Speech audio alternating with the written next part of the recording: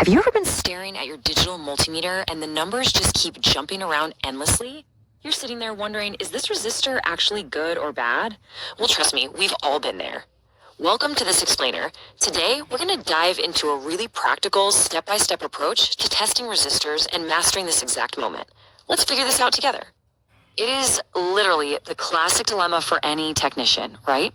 When that display refuses to stabilize, our first instinct is to immediately blame the resistor. But wait a second. What if the actual problem isn't the component at all, but the tools we're using? Okay, let's dive into this with phase 1, hardware and tool pitfalls. We really need to verify our gear before we start pointing fingers at the circuit. There are actually 3 hidden culprits that can cause those crazy erratic readings before you even probe the board. First up, a low 9-volt battery in your multimeter. This completely destabilizes the meter's internal voltage reference. Second, if you have brand new probes, they're often coated in this non-conductive manufacturing oil called cosmoline. And third, there's the microscopic dirt and oxides that quietly build up on your probe tips over time. And here's a fantastic tip from an experienced user on an electronics forum. They point out that you shouldn't just clean the probes, you absolutely have to clean the jacks in the meter itself. Taking an isopropyl alcohol swipe pad to both the tips and the meter jacks makes a world of difference for getting a nice steady reading. Now, a quick but absolutely crucial warning from the community. Never ever use regular steel wool near your electronics bench. Those tiny conductive steel particles will fall right into your PCB and cause massive short circuits. If you really need an abrasive to clean your probes, definitely stick to synthetic 000 steel wool instead. All of this tool maintenance comes down to something called electrical contact resistance, or ECR. Basically, if you look under a microscope, no metal surface is perfectly smooth.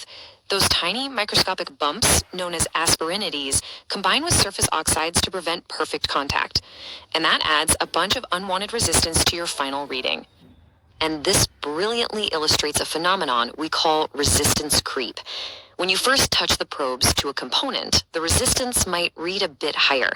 But as you apply a little pressure and hold them there, the current actually breaks down those microscopic dielectric oxides. That improves the physical connection and finally gives you a lower, stable reading.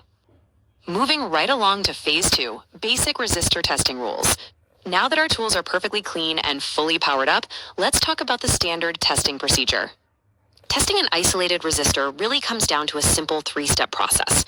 First, place your probes firmly on the terminals. Second, and this is key, wait patiently for the reading to stabilize. Just give it a second. And third, simply compare that number to the resistor's rated value. The primary diagnostic rule here is pretty straightforward. If the reading stabilizes exactly at the rated value, you're good to go. The resistor is fine. But if the reading is significantly higher than the printed value, that almost always means the resistor is internally broken and faulty. But hey, don't just blindly trust that digital screen. A resistor might look perfectly normal on the outside while being completely fried on the inside. You always want to pair your multimeter readings with a really keen visual inspection. Look closely for any subtle discoloration or little burn marks. Now, what's really interesting about this next concept is phase 3, the in-circuit measurement trap. This is where troubleshooting gets super tricky. When a resistor is isolated, you get an accurate, stable reading, but measuring components while they are still soldered to the PCB, that is a whole different story. The surrounding components actively interfere with your meter, giving you unpredictable, shifting numbers. If you get a totally wrong reading on the board, but a perfect reading when you take the component out, the circuit is definitely playing tricks on you. To understand why this happens, we need to quickly look at how your ohm meter actually works. It sends out a constant DC current through the probes, measures the resulting voltage drop across the component, and then uses that to calculate the resistance internally. And because it's sending out that DC current, you can fall right into the capacitor trap. If there's a hidden capacitor somewhere in the same circuit, your meter's current actually starts charging it up. As the voltage rises, your resistance reading falsely ticks upwards, literally like a timer running on your screen. Then we have the parallel trap. Remember, in parallel circuits, the meter calculates the combined resistance of all connected paths. It's kind of like you're trying to measure the size of one house, but the meter is measuring the entire neighborhood.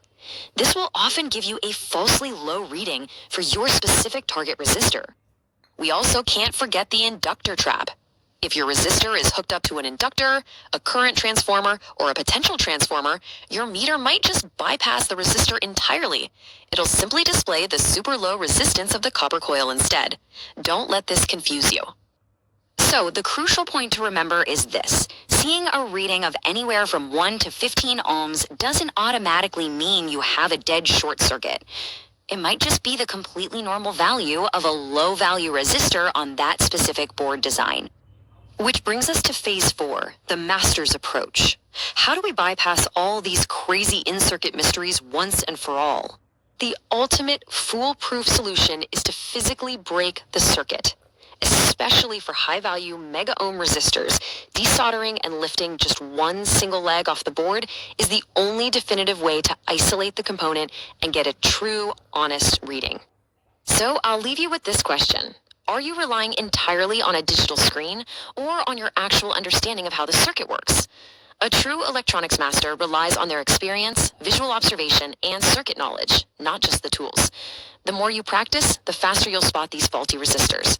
If you found this explainer useful, make sure to hit like, share this with a fellow tech, and don't forget to subscribe to Yoshita Technical Services for more practical electronics training. Thanks for joining us today.